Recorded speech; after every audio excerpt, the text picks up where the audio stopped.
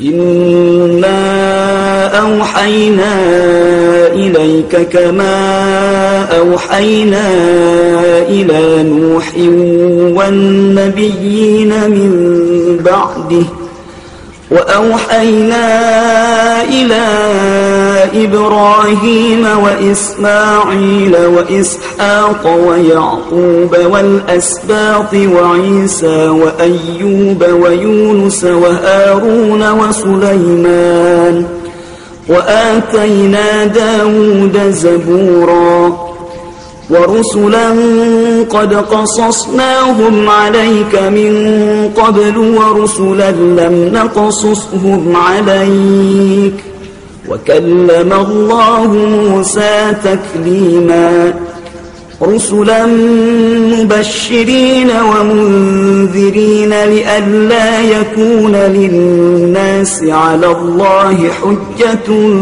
بعد الرسل وكان الله عزيزا حكيما لكن الله يشهد بما أنزل إليك أنزله بعلمه والملائكة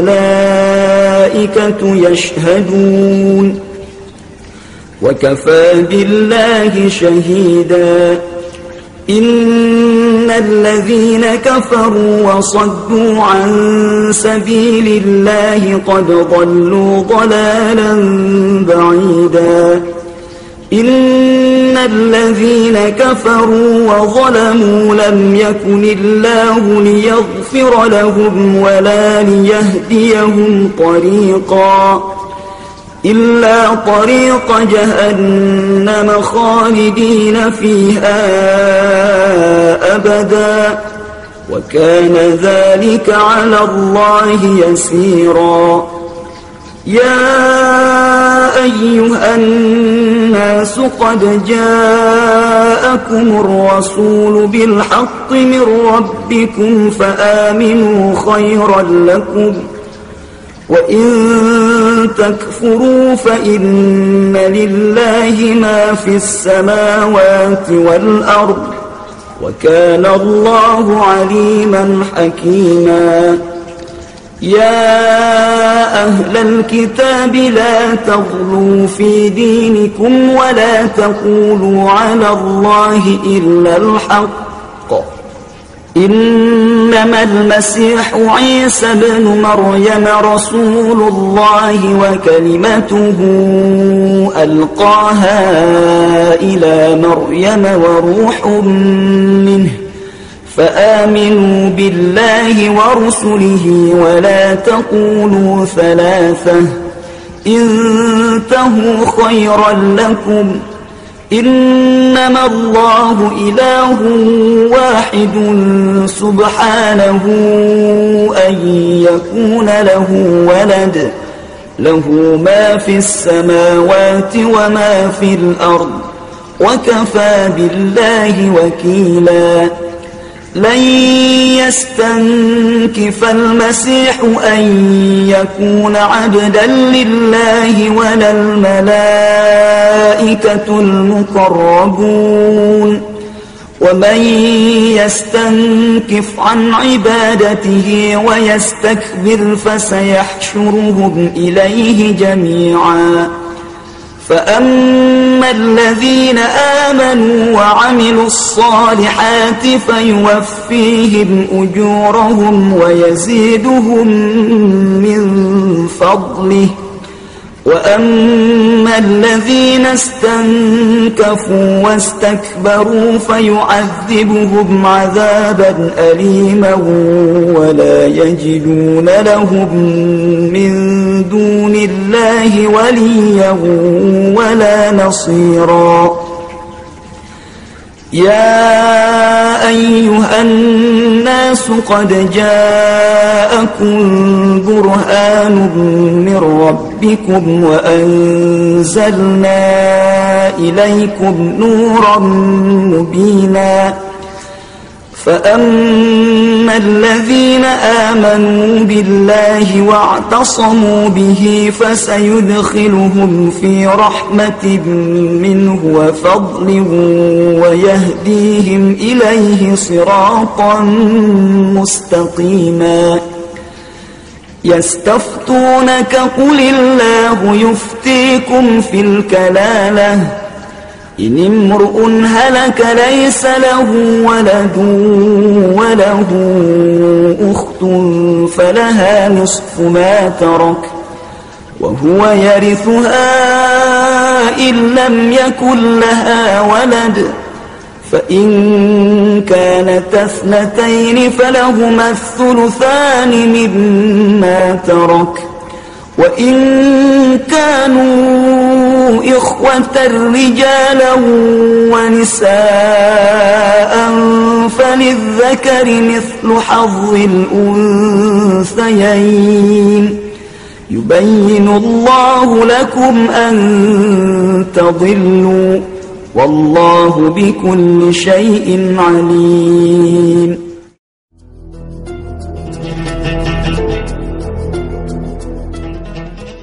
Ayat 163 berbicara tentang kesatuan sumber agama-agama. Ayat ini menyatakan bahwa Nabi Muhammad SAW telah diberi wahyu oleh Allah Subhanahu wa Ta'ala, sebagaimana sebelum beliau Musa dan nabi-nabi sesudah beliau juga mendapat wahyu dari Allah Subhanahu wa Ta'ala. Demikian berlanjut Ibrahim, Ismail, Ishak, Yaqub, dan anak cucunya yang diangkat oleh Allah sebagai nabi-nabi. Demikian juga Isa, Ayyub, Yunus, Harun, Sulaiman, Daud. Dan pada ayat berikutnya Allah menyatakan masih banyak rasul-rasul.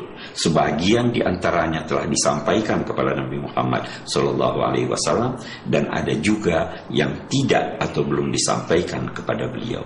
Memang dalam beberapa riwayat dikatakan bahwa ada sekitar 124.000 nabi, walaupun yang wajib kita percaya hanya 25 orang, dan bahwa ada 313 rasul. Dan itu pun dalam riwayat tersebut dikatakan masih banyak lagi lainnya. Rasul-rasul itu Allah utus sebagai pembawa berita gembira dan pemberi peringatan, agar supaya kelak di hari kemudian tidak ada orang yang berkata bahwa kami tidak diberitahu tuntunan. Tidak ada yang dapat mengajukan alasan itu karena para rasul telah dikirim dan diutus oleh Allah Subhanahu wa Ta'ala. Ayat-ayat berikutnya mengecam ahlul kitab yang bersifat melampaui batas, ekstrim dalam keberagamaan mereka. Mereka antara lain dikecam karena menganggap Isa alaihissalam sebagai Tuhan. Padahal menurut ayat kita ini dan kepercayaan umat Islam, Al-Masih Isa bin Maryam adalah Rasul Allah, kalimatnya yang dicampakkan kepada Maryam. Maka karena itu ayat ini menyatakan percayalah kepada Allah dan kepada Rasul-Rasulnya. Jangan sekali-kali mempercayai adanya 3 oknum Tuhan. Berhentilah, sesungguhnya Tuhan itu tidak lain kecuali Dia yang Maha Esa, Maha Suci Dia. Dia pemilik langit dan bumi, dan cukuplah Allah sebagai saksi. Ayat berikutnya menyatakan Isa alaihissalam tidak merasa malu menjadi hamba Allah. Tidak juga para malaikat yang dekat di sisi Allah malu untuk menyembah kepadanya. Karena itu orang-orang yang beriman dan beramal soleh tentu seharusnya pun akan patuh dan taat kepada Allah. Akhirnya ayat-ayat suratun Nisa diakhiri dengan firman Allah, Ya ayyuhan nas qad ja'akum burhanun mir rabbikum wa anzalna ilaikum nuran mubina. Wahai seluruh manusia, telah datang kepadamu bukti yang sangat jelas, dan kami telah menurunkan kepadamu cahaya yang terang benderang. Yang dimaksud dengan bukti yang sangat jelas adalah Nabi Muhammad sallallahu alaihi wasallam. Dan yang dimaksud dengan cahaya yang terang benderang adalah Al-Qur'anul Karim, ayat-ayat Allah yang dibacakan itu.